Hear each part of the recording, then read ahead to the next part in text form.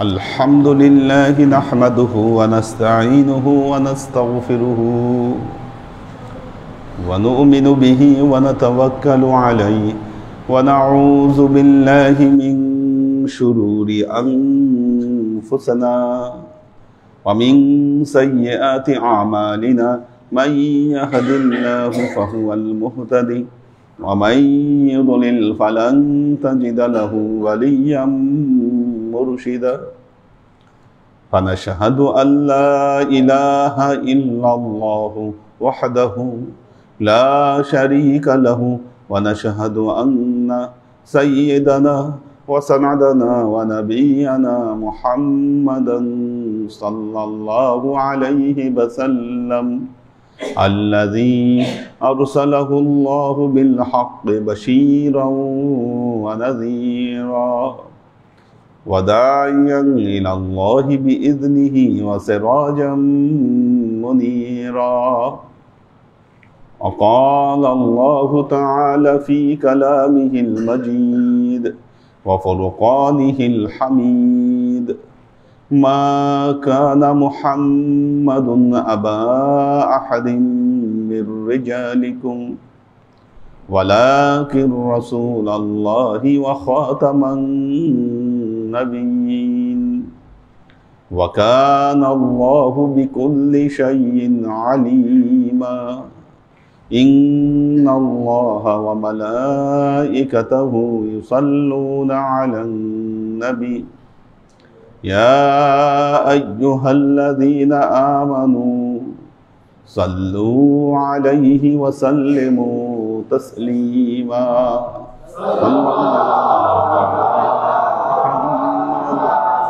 صلى الله عليه وسلم صلى الله على محمد صلى الله عليه وسلم صلى الله على محمد صلى الله عليه وسلم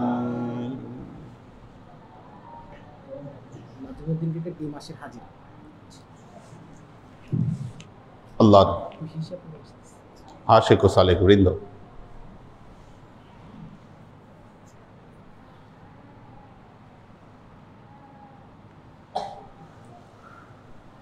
আদাবুল মুরিদিন,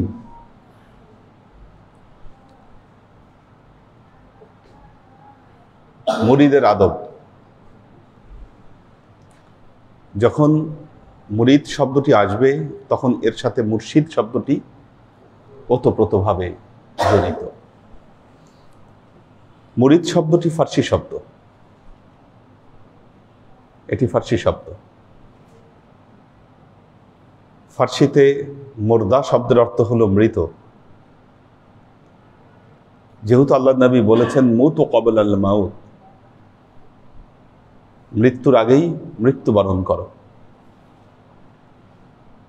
তো যে ব্যক্তি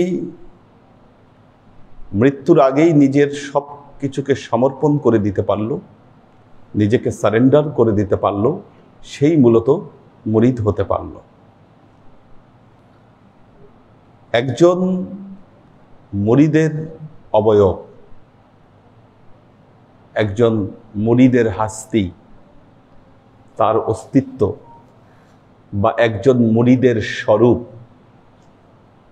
আমরা যদি বর্ণনা করতে চাই, আমাদেরকে নিয়ে আসতে হবে আমাদের পেয়ারা নবী মুহাম্মদ মুস্তাফা সাল্লাল্লাহু আলাইহি ওয়াসাল্লামের প্রতি তার সাহাবীদের কি আচরণ ছিল, সাহাবীদের কি কর্তব্য ছিল, এই জিনিসগুলোই আমাদেরকে দৃষ্টান্ত স্বরূপ পেশ করতে হবে। কারণ যুগ যুগ আল্লাহর নবী চলে গেছেন, কিন্তু যুগ যুগ এই ধারা অব্যাহত থাকবে। পবিত্র কোরআনে আল্লাহ বলেছেন, একটু আগে আমাদের সুলাইমান ভাইয়ের বাসায় আমরা মিলাদে এই আয়াতটি তেলাওয়াত করেছি, ওয়ালাকির রাসূল আল্লাহ ওয়া খাতামান নাবিয়্যিন। দ্বিতীয় শব্দটি ব্যাখ্যা করা হয়নি। নবুয়াতের পরিসমাপ্তি হয়ে গেছে মুহাম্মদ মুস্তাফা সাল্লাল্লাহু আলাইহি ওয়াসাল্লামের মাধ্যমে। নবুয়াতের ধারা জারি নাই, কিন্তু নবুয়াতের পরিবর্তে ভেলায়েতের ধারা জারি রয়েছে। কাজেই এই ভেলায়েতের ধারায় একজন মুর্শিদের প্রতি মুরিদের কি আচরণ হবে, তার কি আদব হবে, এটার দৃষ্টান্ত পেশ করতে গেলে আমাদের সাহাবাদের জীবনীতে চলে যেতে হবে, যে আল্লাহ নবীর সাহাবীরা কি করেছে।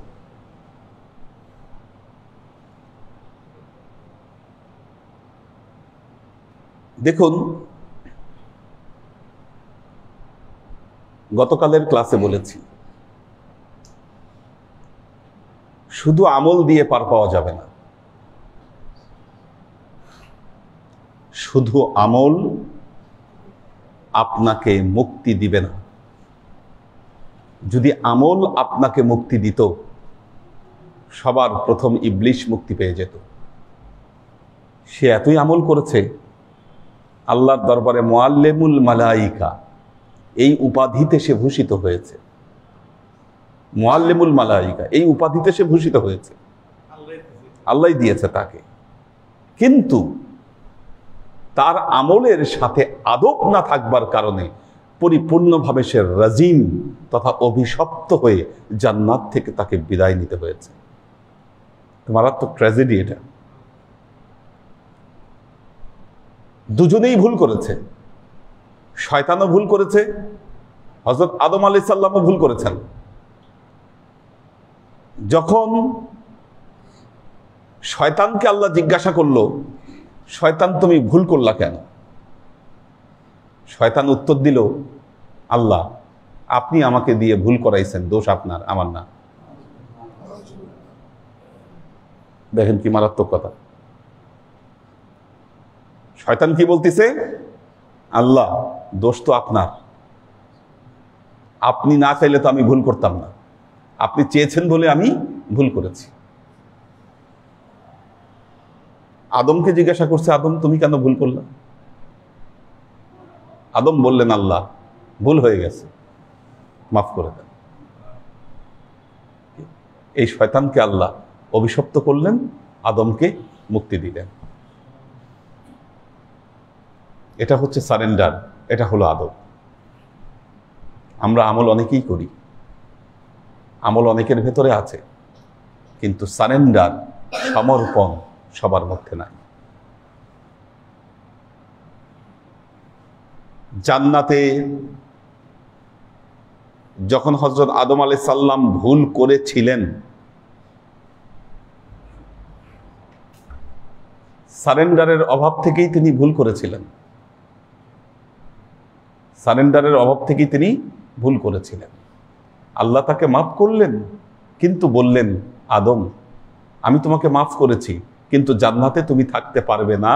কুল নাহবিতু মিনহা জামিআ ফাইম্মা ইয়াতিয়ান্নাকুম মিন্নি হুদান ফামান তাবিআ হুদায়া ফালা খাউফুন আলাইহিম ওয়ালা হুম ইয়াহজানুন। এখান থেকে ব্যাগ এন্ড ব্যাগেজ তুমি চলে যাও, তবে আমি বলছি তুমি এবং তোমার বংশধরদের মধ্যে থেকে যারা হেদায়েত সংগ্রহ করবে, হেদায়েতের ইত্তেবা করবে, অনুসরণ করবে, এখানে ফিরে আসার ব্যাপারে তাদের কোনো ভয়ও থাকবে না, চিন্তাও থাকবে না।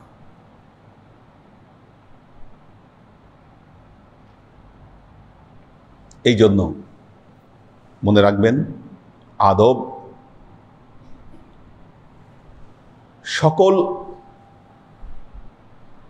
আমলের পরিশুদ্ধতার জন্য, সার্থকতার জন্য যেই বিষয়টি সর্বপ্রথম প্রয়োজন, সেটি হলো আদব।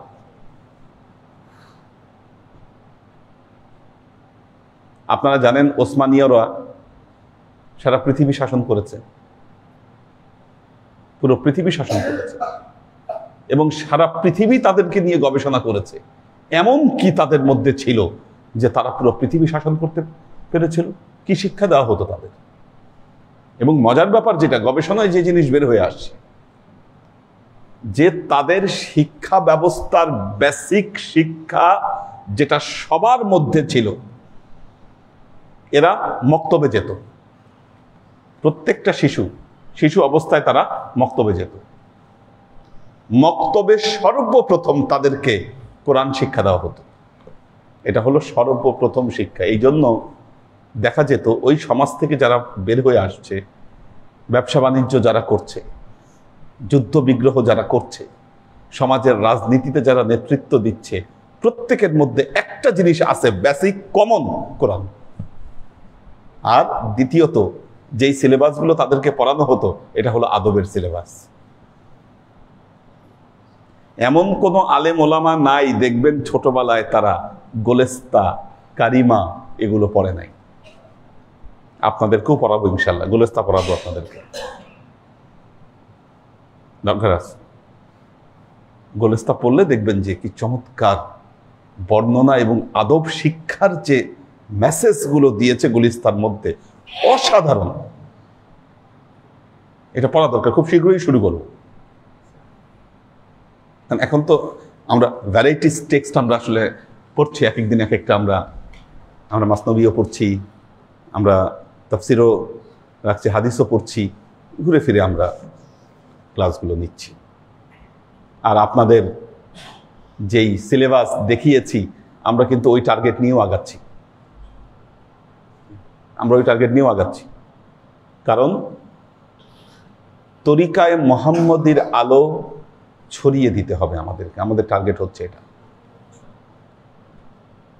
তরিকায়ে মুহাম্মদীর আলো ছড়িয়ে দিতে হবে। কিন্তু এটা ছড়িয়ে দেওয়া আমার একার পক্ষে সম্ভব না। আপনি বাস্তবিকভাবে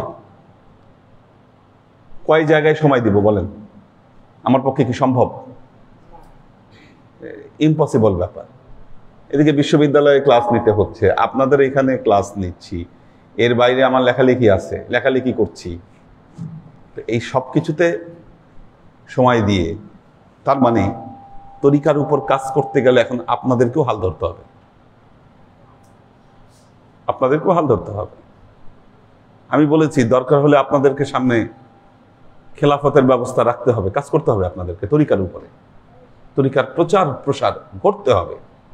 আজকে চিশতিয়া তরিকা, কাদেরিয়া তরিকা, নকশবন্দিয়া সারা পৃথিবীতে ছড়িয়ে পড়েছে কেন? এভাবেই তো প্রসার এভাবে হয়েছে। তো তবে ওটাও খেয়াল রাখতে হবে। ধরেন একটা নেগেটিভ দিক, যেটা চিশতিয়া তরিকার একটা নেগেটিভ দিক যেটা হয়েছে, যাকে তাকে খেলাফত দেওয়া।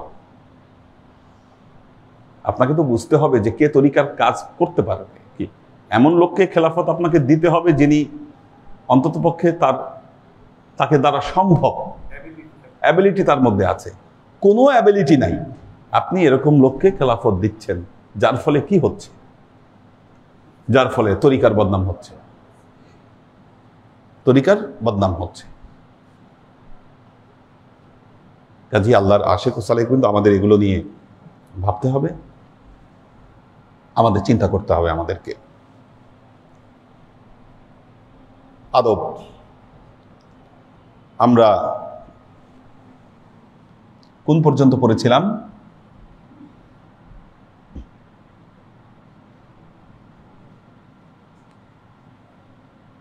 কোন পর্যন্ত পড়েছিলেন আপনারা? হ্যাঁ, 3 নম্বর, প্রথম 4টা হয়েছে। আচ্ছা, আল্লাহর আশিক ও সালেক 4 নম্বর। হ্যাঁ, এটা আচ্ছা, এখান থেকে শুরু করি। দেখেন,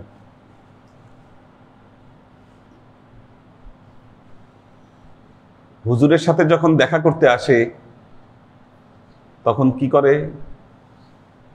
হুজুরের সাথে হাত মিলানোর সময় মানুষ টাকা দেয়।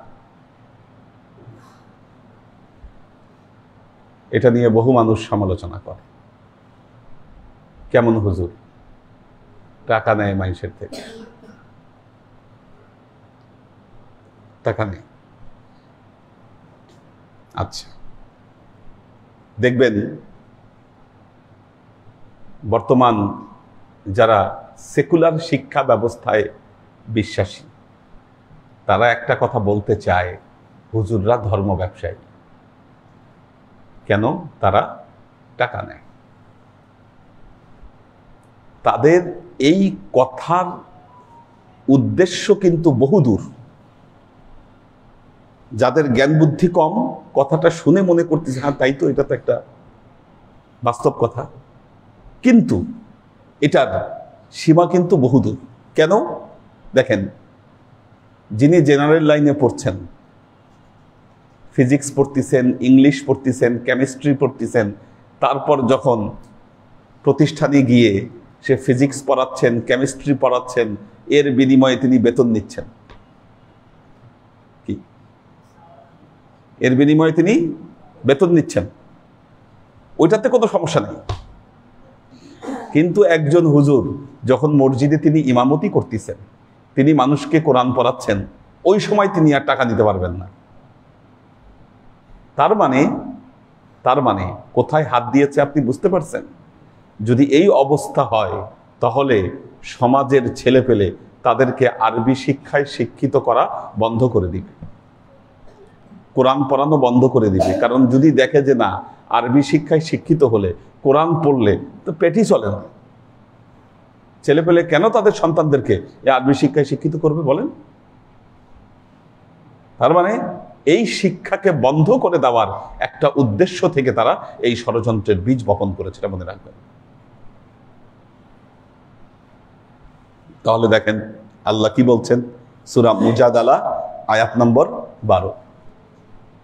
আল্লাহ বলছেন, আউযু বিল্লাহি মিনাশ শাইতানির রাজীম, বিসমিল্লাহির রহমানির রহিম, ইয়া আইয়ুহাল্লাযীনা আমানু ইযা নাজাইতুমুর রাসূলা ফাকদ্দিমু বাইনা ইয়াদা নাজওয়াকুম সাদাকা যালিকা খায়রুল লাকুম ওয়া আতহারু ফাইন লাম তাজিদু ফাইন্নাল্লাহা গফুরুর রহিম।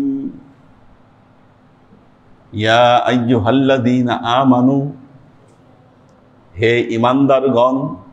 দেখেন আল্লাহ কিভাবে শিক্ষা দিচ্ছেন, হে ঈমানদারগণ। ইয়া আইয়ুহাল্লাযীনা আমানু, ইযা যখন, নাজাইতুমুর রাসূল, নাজাইতুম, হ্যাঁ কোনটা? না, এই নাজাই শব্দ থেকে মোনাজাত, মোনাজাত শব্দটা এই শব্দ থেকে আসছে। তার মানে চুপি চুপি কথা বলা, পার্সোনালি টাইম নেওয়া, তার থেকে একটু সময় নেওয়া। ইদা যখন, না যাই তুমুর রাসূল, তোমরা যখন রাসূলের সাথে কথা বলতে চাও, তোমরা যখন রাসূলের সাথে কথা বলতে চাও তখন কি করো? ফাকদ্দিমু, না, এই যে ফাকদ্দিমু, প্রেরণ করো, বাইনা নাজওয়াকুম সাদাকা, তোমাদের এই কথা বলার আগে তার কাছে কি করো? সদকা প্রেরণ করো, তাকে সদকা দাও। কার আদেশ? আল্লাহর আদেশ। কেন? দেখেন একটা জিনিস, বিয়ের সময় যখন মেয়ে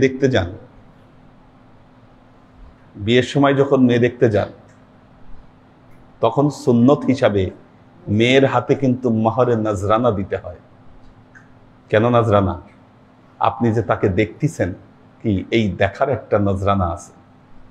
ইসলাম এটাকে বিধিবদ্ধ করেছে। কেন? মেয়েটাকে সম্মান দিয়েছে ইসলাম, এটা কিন্তু ওই মেয়ের সম্মান। অনেকে এটাকে আবার ভিন্ন ব্যাখ্যা করে যে এটা কি তাহলে কি পণ্য হয়ে গেছে? নাউজুবিল্লাহ, না, এটা একটা মেয়ের সম্মান। বিয়ের যে মোহর, এই মোহর একটা মেয়ের জন্য সম্মান, এটা মনে রাখবেন।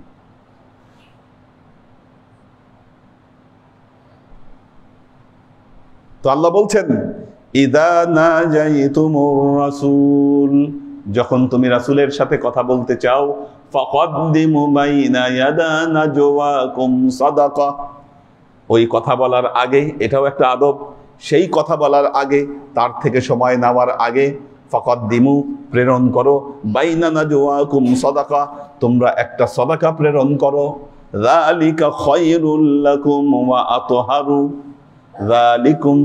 যালিকা খায়রুল লাকুম ওয়া আতহারু, এটা তোমাদের জন্য উত্তম এবং পবিত্র, এটা তোমাদের জন্য উত্তম, যালিকা খায়রুল লাকুম ওয়া আতহারু, এটা তোমাদের জন্য পবিত্র এবং উত্তম। ফা ইল্লাম তাজিদু,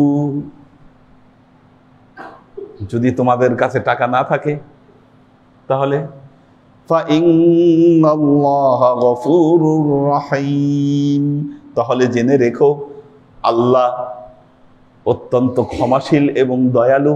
টাকা না থাকলে কি করবেন? কি টাকা না থাকলে নাই নাই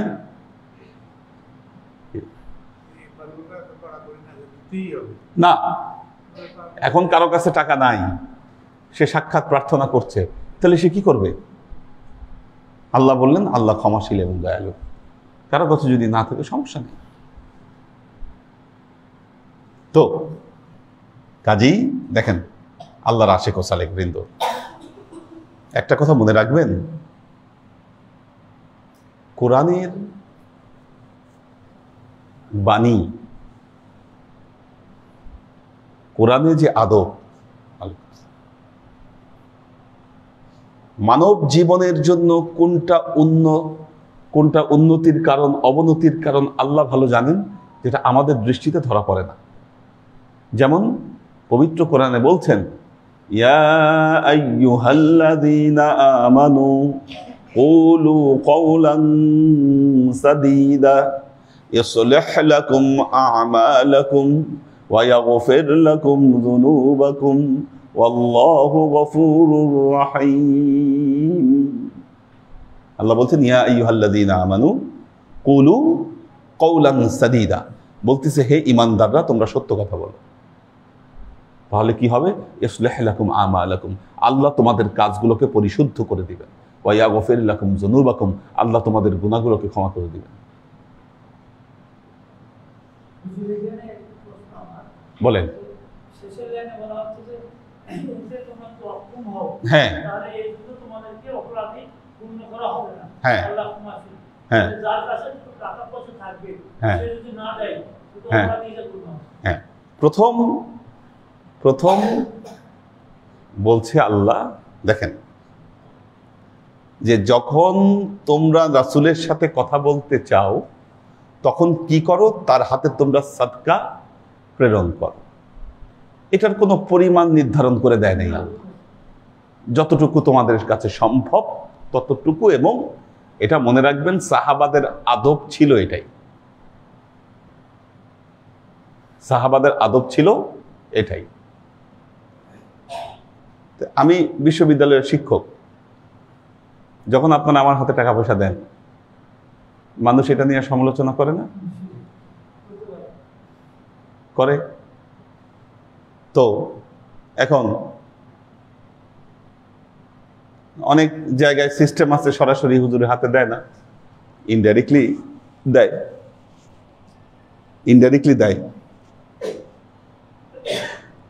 আমি চাইলে তো সেই সিস্টেম করতে পারতাম, মইদ্দিন ভাইরে বলতাম যে আমি হাতে নিব না, এটা আপনার হাতে দিবে, পরে আপনি গুছাই আমারে দিবেন, বলতে পারতাম। কিন্তু এটা একটা নবীর জিন্দা সুন্নত। এটা কি, যে ব্যক্তি একটা সুন্নতকে জিন্দা করবে আল্লাহ তাকে 100 শহীদের মর্যাদা দান করবেন, এটা হাদিসের কথা। নবীর সুন্নত জিন্দা করতে আপনি এত লজ্জা পাবেন, কি এটা কেমন কথা? কি আমাদের দরবারে যত বিয়ে হয়েছে, কি বিয়ের আগে কি করে? ওই হাজরানে মজলিস থেকে টাকা তোলা হয়। কেন? এটা ছিল নবীর সুন্নত। কি মা ফাতেমার হযরত আলী রাদিয়াল্লাহু তাআলা আনহুর যখন বিয়ে হয়, হাজরানে মজলিস থেকে যা আসছে ওইটাই ছিল ওনার বিয়ের মোহর, ওটাই মোহর ছিল। এগুলো তো সুন্নত নবীর। কি আপনি নবীর সুন্নত প্রতিষ্ঠা করতে আপনি লজ্জা পান? না। আমাদের দায়িত্ব হচ্ছে, একটা জিনিস হলো কোনটা কল্যাণ কোনটা উত্তম আল্লাহ জানেন, আল্লাহ জানেন। আচ্ছা দেখেন,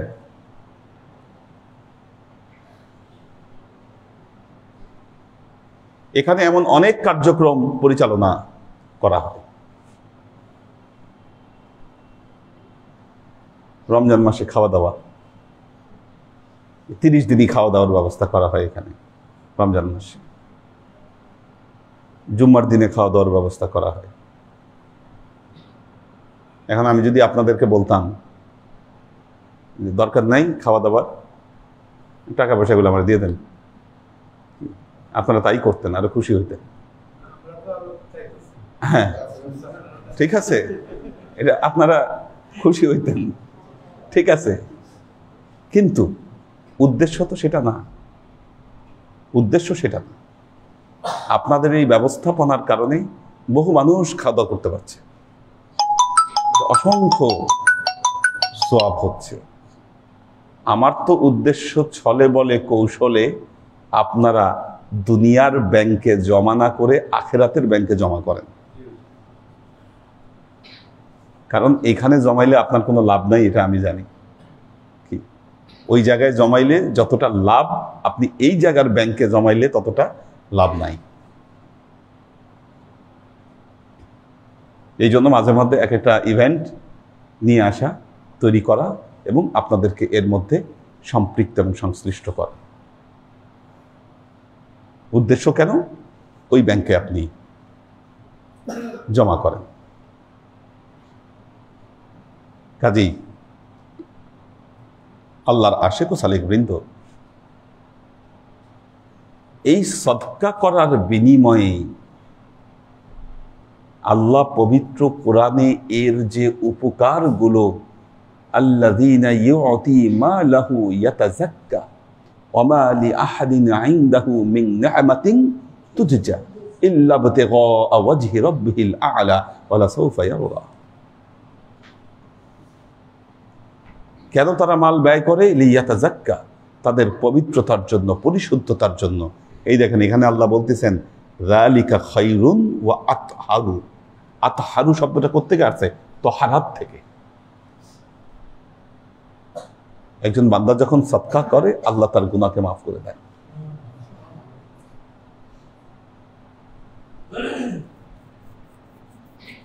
এই যে আপনারা এত দূর দূরান্ত থেকে এখানে ক্লাস করতে আসেন, এটা তো জীবনের বড় একটা জিহাদ। আগামীকাল হরতাল, হরতালের রাতে আপনারা দূর দূরান্ত থেকে এখানে একত্রিত হয়েছেন। কেন? কার জন্য? লিল্লাহ, আল্লাহর জন্য। এটা কি জিহাদ না? এটা তো জিহাদ। নবীর সময়ে এমন অনেক ব্যক্তি আছে একবেলা জীবনে একবার নবীর সাথে সাক্ষাৎ হয়েছে। আপনার সহিহ বুখারীতে পড়েছেন এই হাদিস। বনি কায়েস গোত্র থেকে একদল লোক আসছিল, বলতেছে ইয়া রাসূলুল্লাহ, আপনাদের আর আমাদের যে গোত্র, এই মাঝখানে আমাদের শত্রু গোত্র আছে, তাদের জন্য আমরা আসতে পারি না। তো ইয়া রাসূলুল্লাহ, আপনি আমাকে কিছু কাজের আদেশ দেন, কিছু কাজের নিষেধ করেন। আল্লাহ নবী বললেন এটা এটা করবা, কি নামাজ আদায় করবা, যাকাত আদায় করবা, রোজা রাখবা। আর নিষেধ করলেন কতগুলো পান পাত্র থেকে, কারণ নবী জানতেন যে ওরা মদের ব্যবসা করে, মদ বানায়, ওরা মদ প্রোডাকশন করে। কি এই জন্য আল্লাহ নবী 4-5টা জিনিস নিষেধ করলেন, প্রত্যেকটা মদের সাথে সম্পৃক্ত। উনি দাঁড়ায় গেলেন, বললেন ইয়া রাসূলুল্লাহ, আমি ওয়াদা দিচ্ছি আমি এর বেশিও করব না, কমও করব না। আর দেখা হবে না আল্লাহ নবীর সাথে।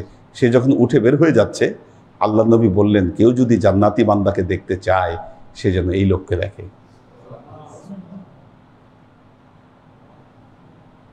এই লোককে সে যেন দেখে।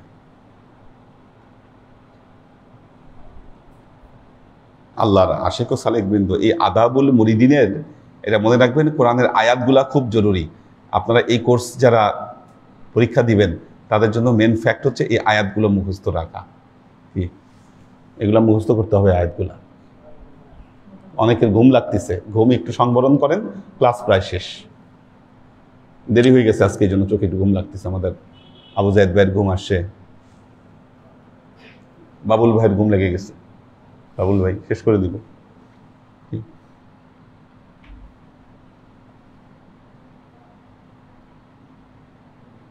তো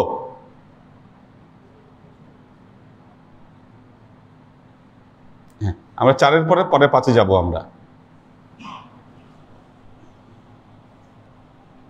ذَلِكَ خَيْرٌ لَكُمْ وَأَطْهَرُ فَإِن لَّمْ تَجِدُوا فَإِنَّ اللَّهَ غَفُورٌ رَّحِيمٌ।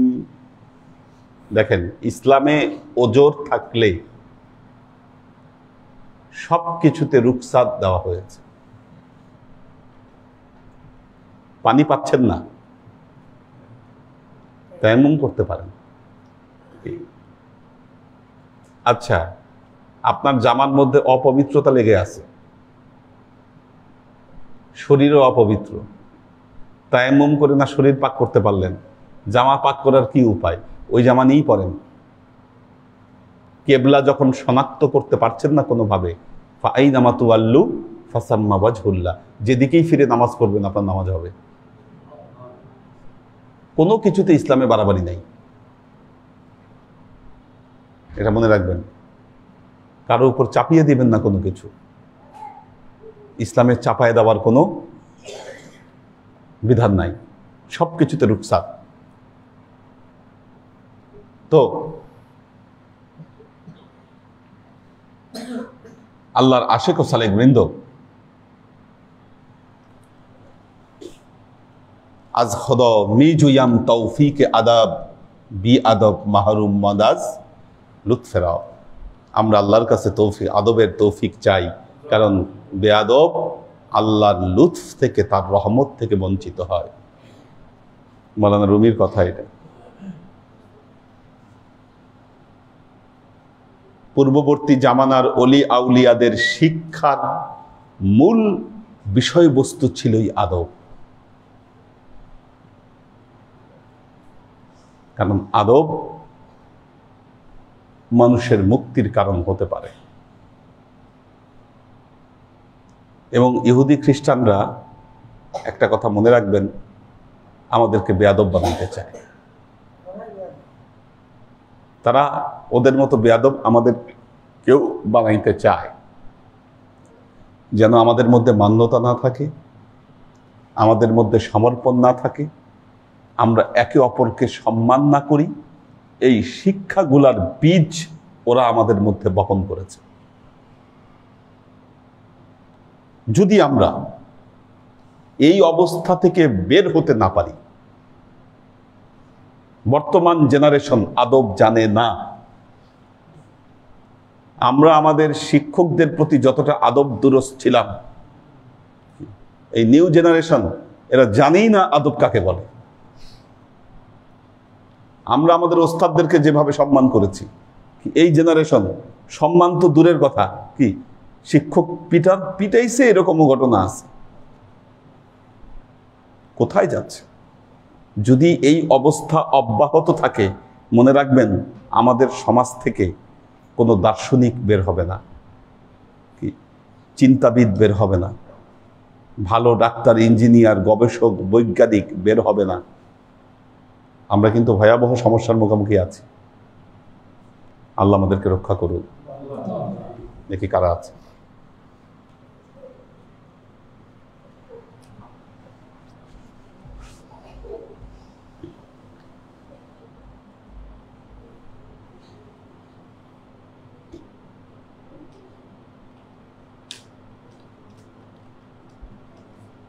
মনিরুজ্জামান মনির, কবির হোসেন, তামজিদুল মাওয়া তানিন, লুনা তাবাসসুম লুবনা, মালয়েশিয়া থেকে কোরবান আলী, সৈয়দা আমরিন শরীফ, আলী সৈয়দ,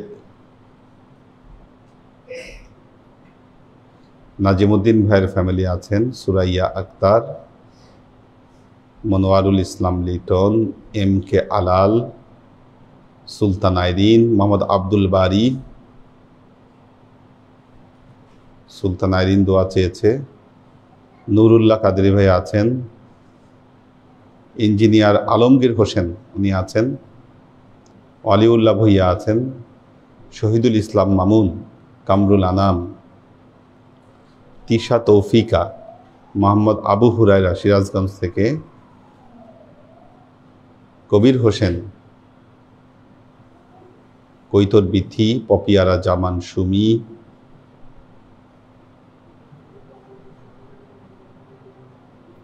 সাবেহা সাহেবা আজমাইন, আলী আকবর ভাই আছেন, আব্দুল সালাম আজাদ, নুরুল ইসলাম ফরিদপুর ভাই আছেন, আফসান রাহাত, মনির হোসেন, সৈয়দা আনোয়ারা শরীফ, আহমেদ আরিয়ান, শফিকুল ইসলাম শাওন, সৈয়দা আমরিন শরীফ, কাজী ইসলাম, জেবা ফারজানা। আজকে পীরবনরা 20,300 বার দরুদ শরীফ পড়েছেন।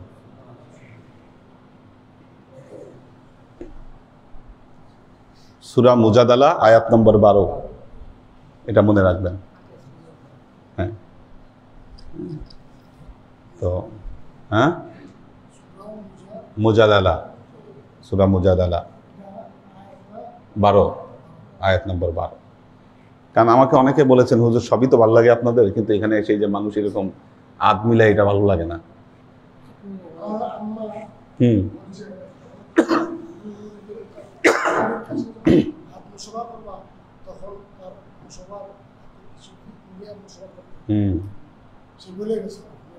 হ্যাঁ, এটা আগের যুগের আদব, এটা ধরে রাখছে।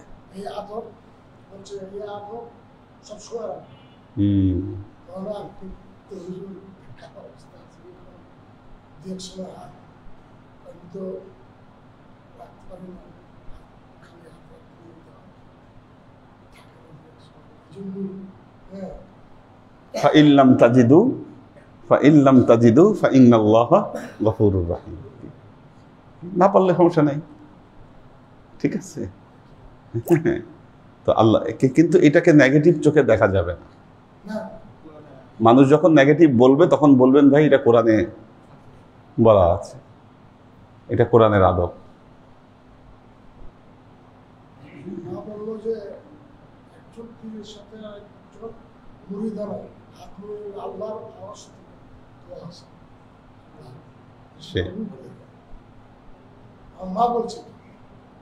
এই যে শিক্ষাগুলো দেখেন, ওনার মা এই জিনিসগুলো জানতেন বা এটা ধরে রাখছেন, কিন্তু এখন এই শিক্ষাগুলোই উঠে গেছে, এই কথাগুলো উঠে গেছে, হারিয়ে গেছে এই কথাগুলা।